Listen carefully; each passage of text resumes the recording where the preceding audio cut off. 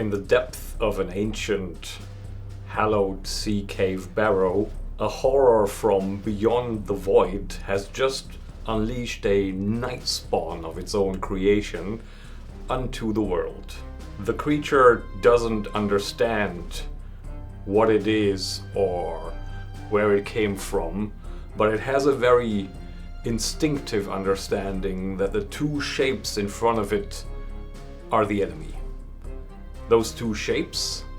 Well, one of them is Kynan, whose situation can probably best be summed up with wounded, dispirited, and well not on top of the situation. The other shape might just be his lucky ticket out, or it might be another significant problem to deal with. The other shape is a wight that has, until recently, been buried in this site. And as the ancient horror, now in possession of Shona's body, Kainen's erstwhile companion, stalks stiffly from its former resting place, now intent on escape and survival and propagation. And now it is up to Kainen and the Wight of Etana to push past this nightspawn and pursue the would-be escapee before it manages to make it to the top, to the world, and to the village that lies beyond.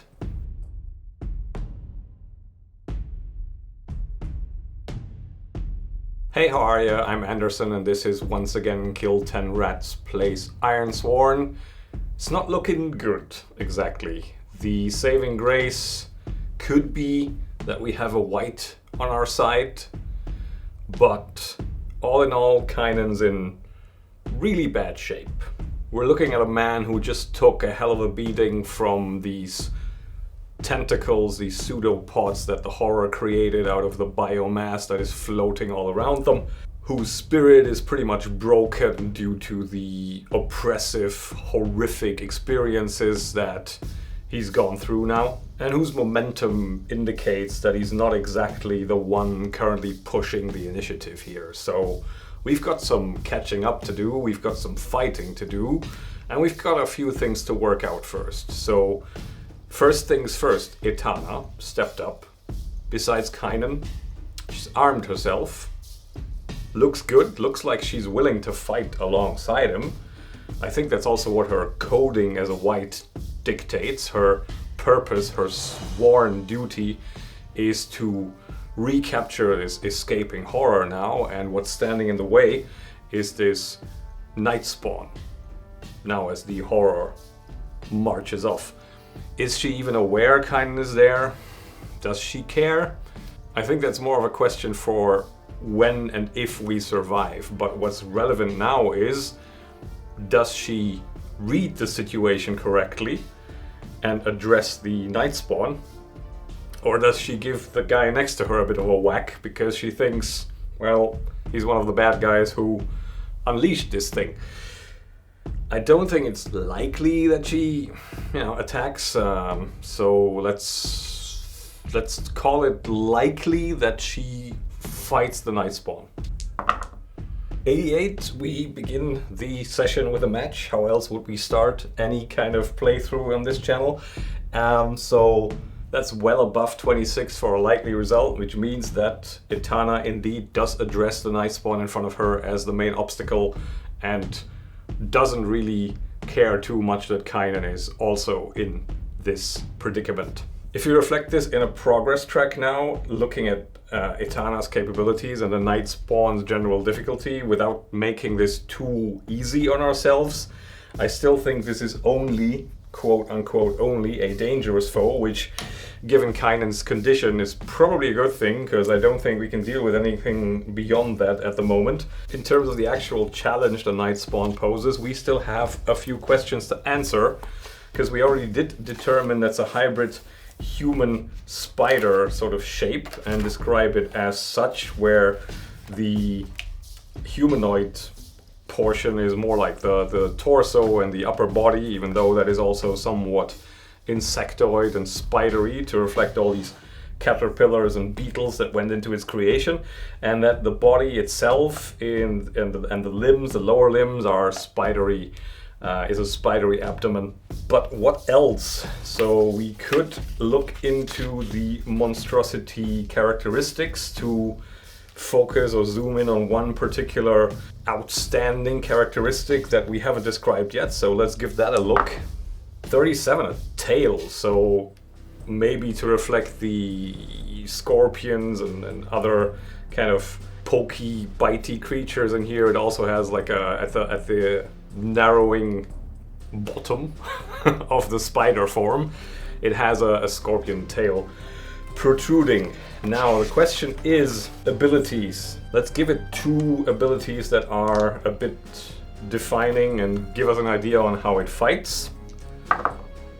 35 strong, so we're looking at something that brute forces that will try to tear us limb from limb. 93 immune to iron. Oh no! Okay, wow. Well, that's not good news for Kynan at least. What about Etana though? So presumably Etana is buried with an old sword, sanctified weapon, specifically attuned to this whole horror situation. I think Etana can harm it with her sword, so we should probably also reflect that in the way this combat goes. Why?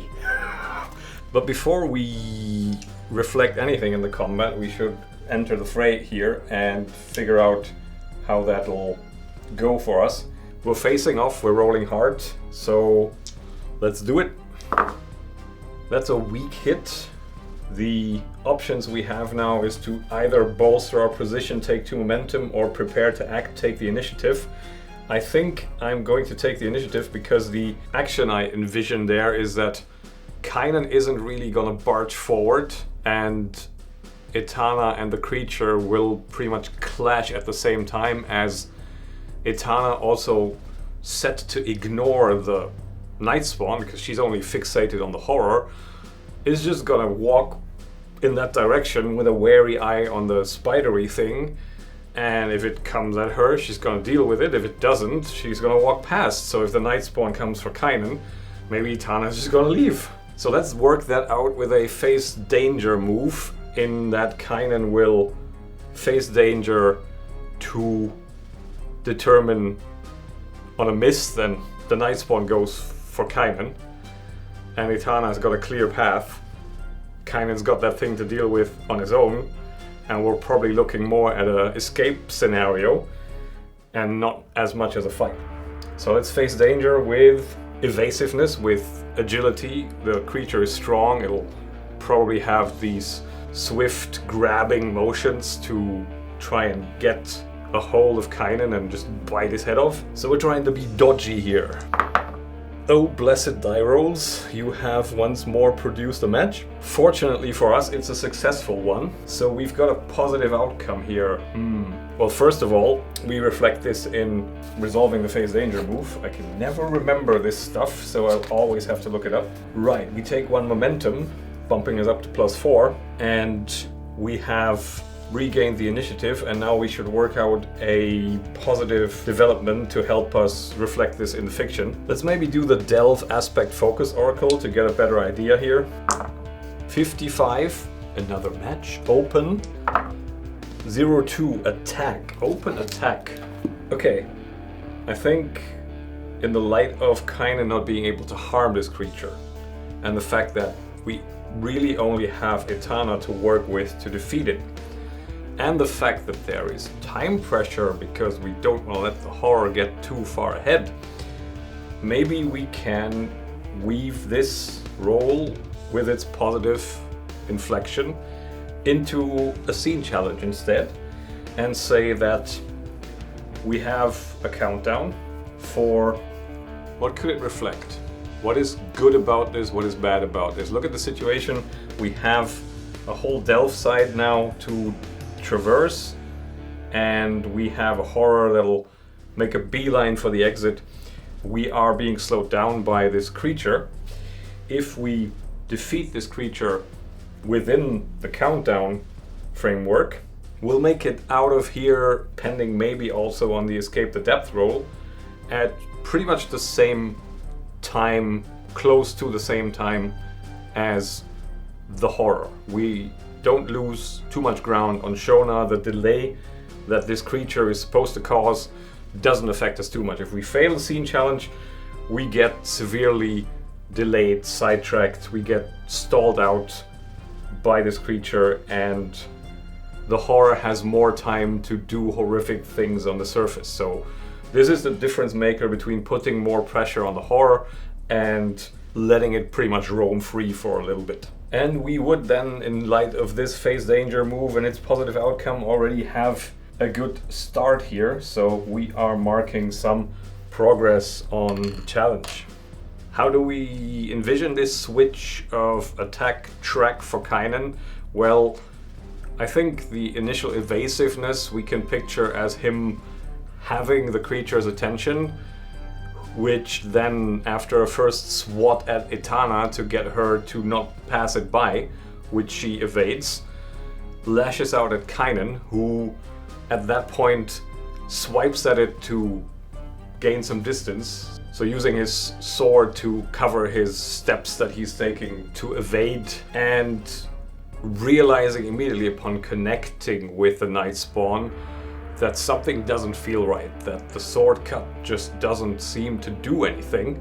And I don't want to overstate this immunity, so I think at the moment the sword just doesn't cut.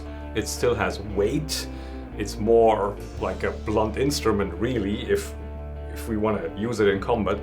But Kynan figures this out, and the open attack that we roll is to reflect that as he has the creature's attention, Etana's blade comes up in a slashing arc and bites through one of the creature's many forearms, sending the limb flying, and thereby also sending Kynan the message. It's like, well, your sword might not work, but hers does. So he now sees it as his role in this fight to be the annoying center of attention, and using his torch and his sword to make a bit of a spectacle of himself and just attract the horror's attacks, draw out the attacks, so Etana can do her thing.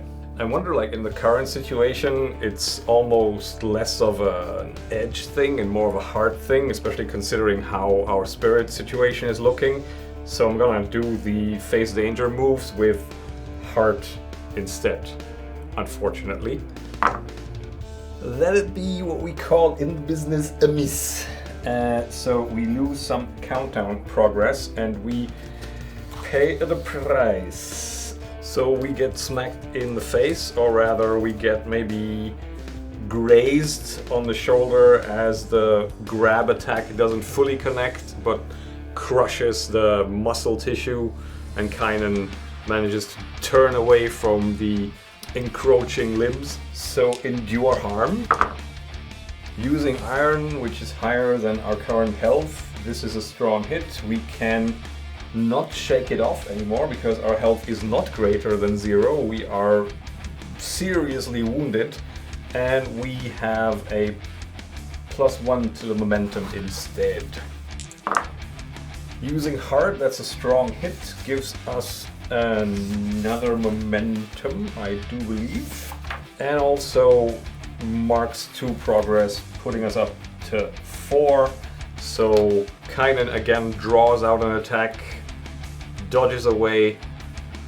His movement's now sluggish, but still capable of invoking these just survival instinct bursts of motion, of energy, that make him instinctively evade at the very last second.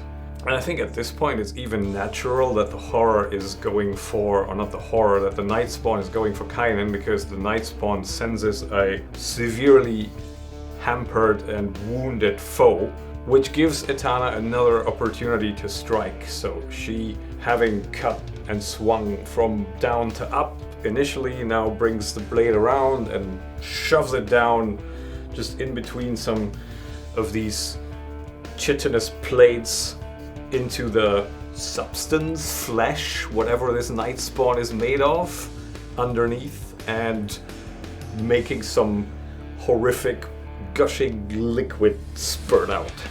And Kynan continues his song and dance, waving the torch, weaving forward and making fake attacks, shadow boxing. That'd be a weak hit. That gives us 1 more on the countdown, 2 more on the progress, and a price to pay, a troublesome cost. We can endure harm, endure stress, suffer momentum loss, and also sacrifice resources, which I think is the only thing we still have besides momentum, which would be a bit of a cop-out.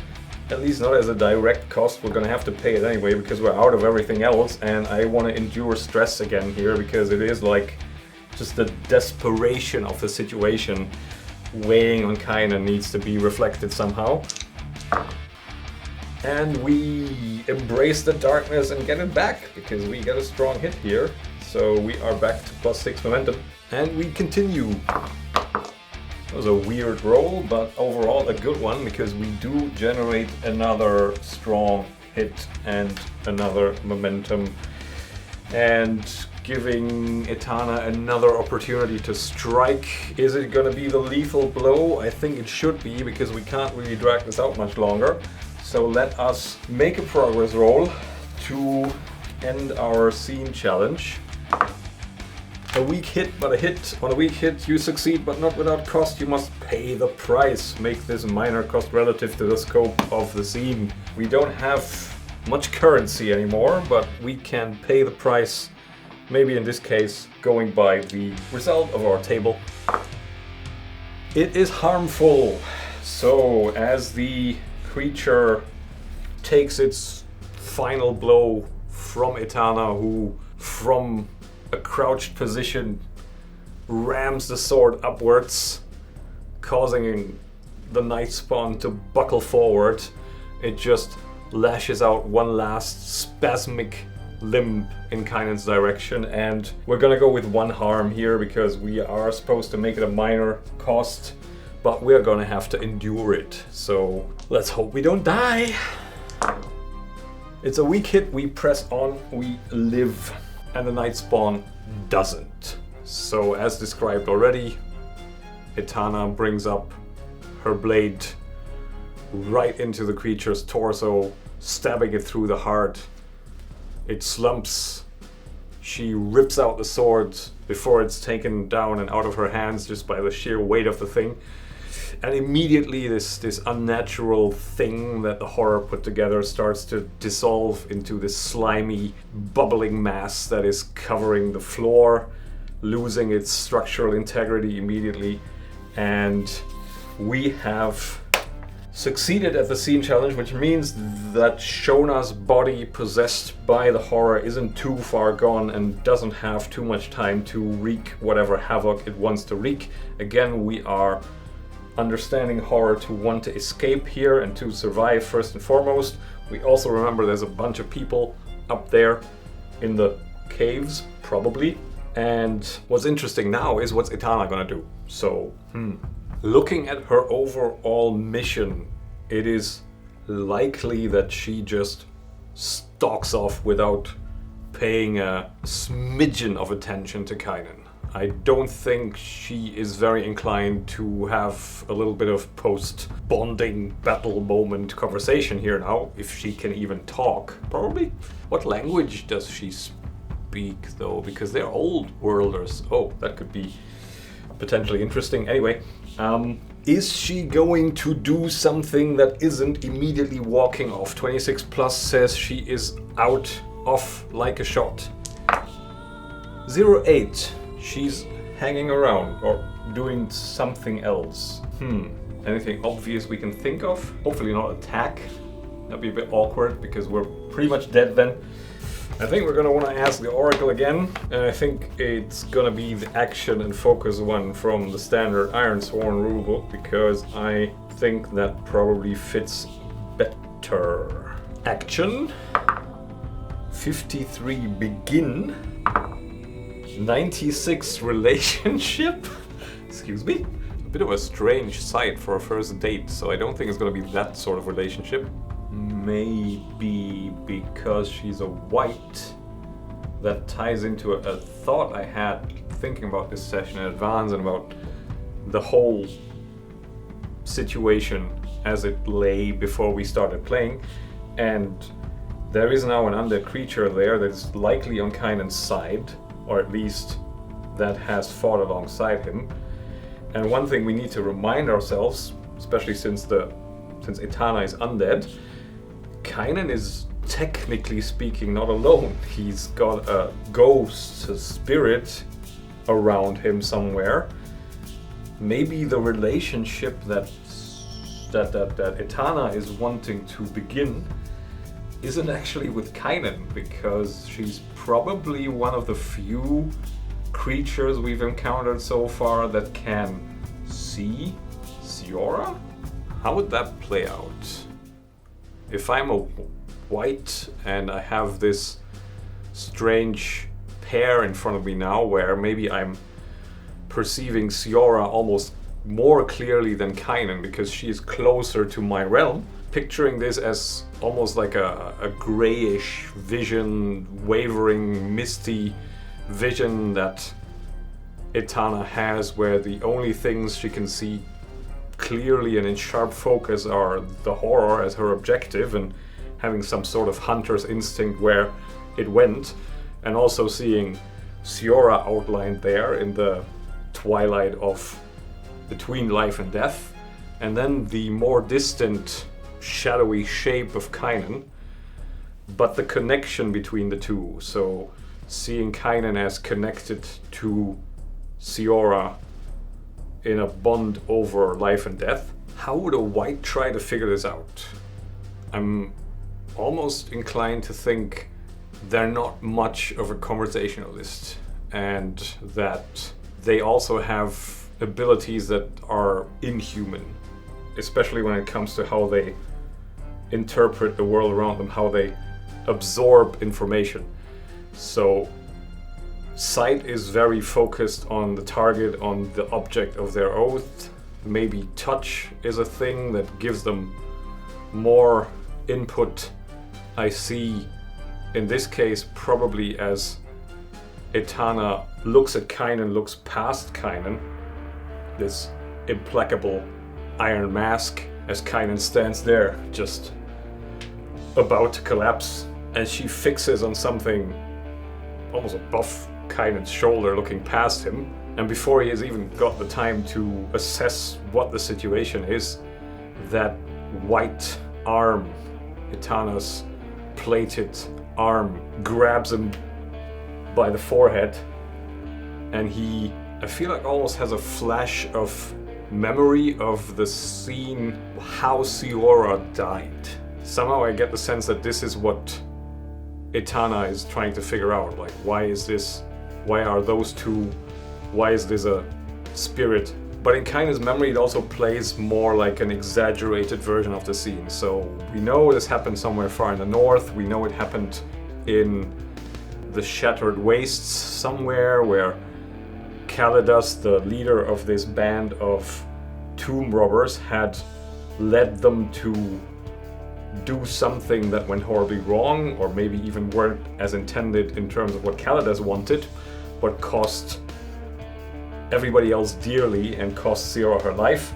We know Siora was wounded, so the scene as it plays out in front of Kynan's mind's eye, I picture a stark image of Siora lying on the ground, propping herself up, grimacing in pain. How do we see Siora picturing a bronze skin, bluish war-painted face, strong build, thick matted dreaded hair with perhaps a henna colorization, sort of like a Pictish tribes person caricature, drawing inspirations from that a little bit. And we see her against a wavering wall, just probably not how it really looked, just how it looks in Kynan's memory, that this horrific thing that they tried to keep contained, or rather, well, Siora wanted to keep contained, Kynan just wanted to run away. Behind her, reaching for her, closing in, and Kynan sort of standing from his point of view, some distance away, perhaps like 20 paces, at the mouth of an exit, which we only see characterized as like a bright light that promises hope and escape. And Siora calling his name, looking over her shoulder, not desperate, just angry, beckoning for Kynan, who regards her for a moment and then turns to run. And then Kynan doesn't really know what played out next, just that as he already paces past the escape route now, as he rushes out, he hears that keening banshee-like death scream as Siora sacrifices herself and keeps the horror somehow contained. So we're having a few parallels here actually between Siora and Etana, a little bit of kinship. So this relationship beginning makes a bit more sense to me between those two.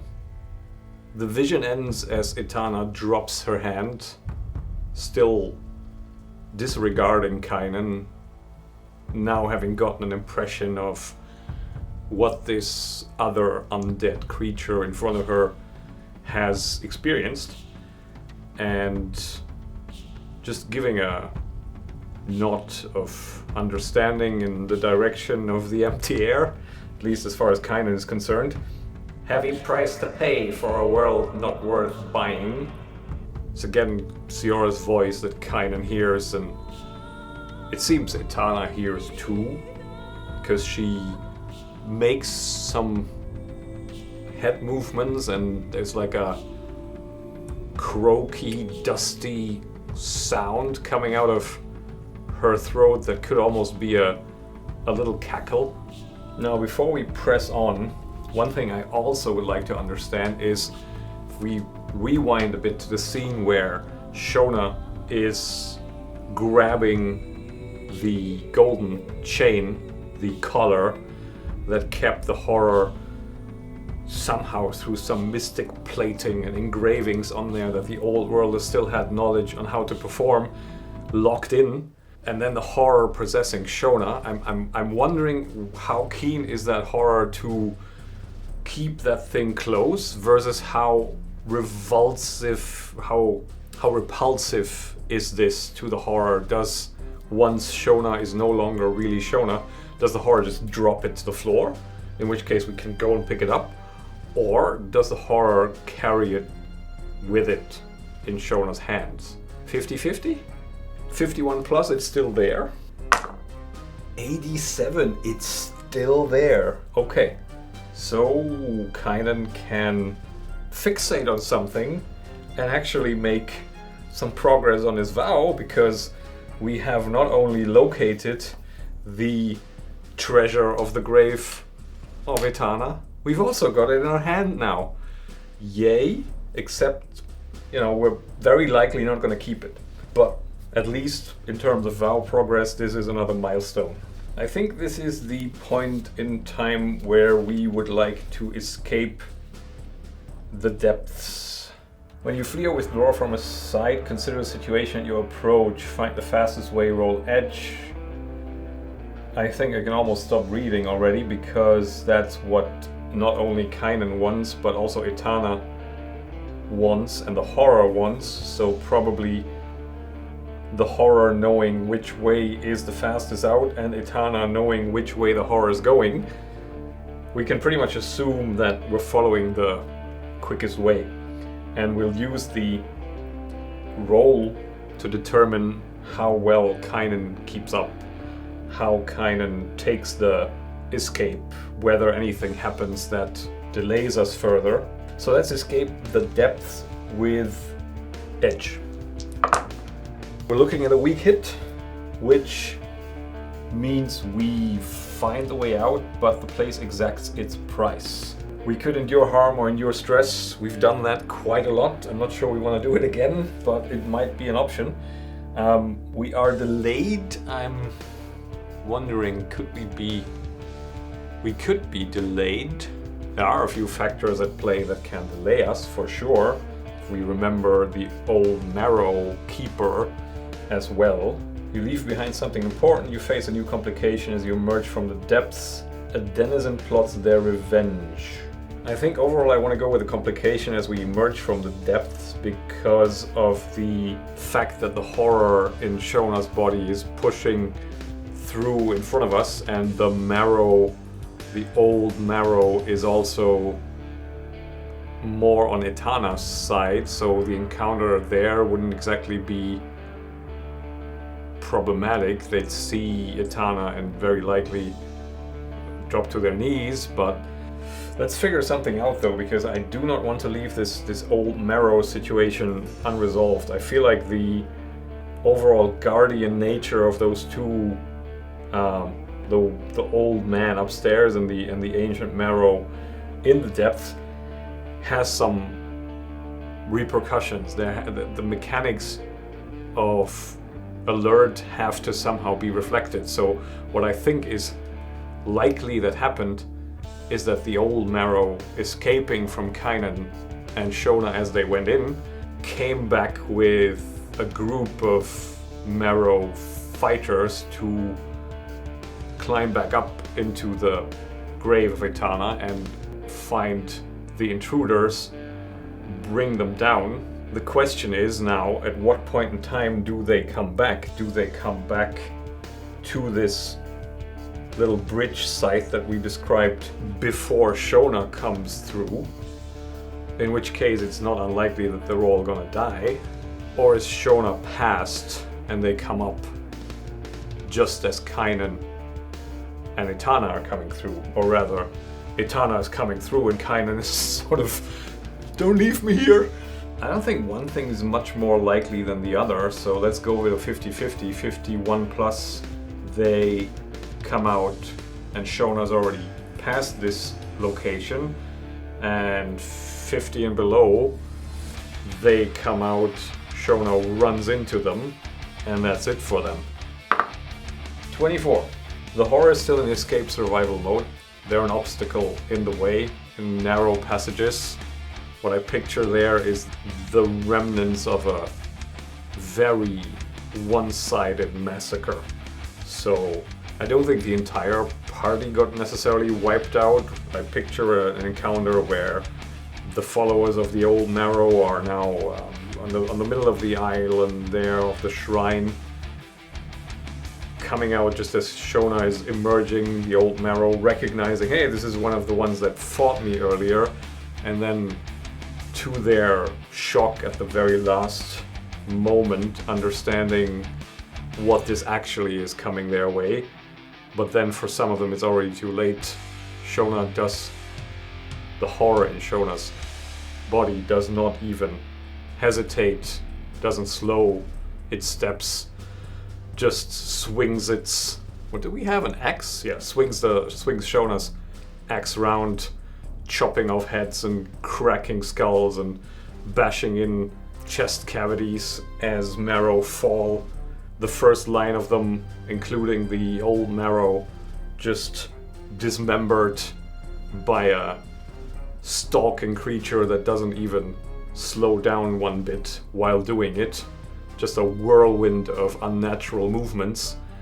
And the rest of the raiding team, some of them give it a spirited attempt to slow the horror down, getting cut to pieces, the rest escaping.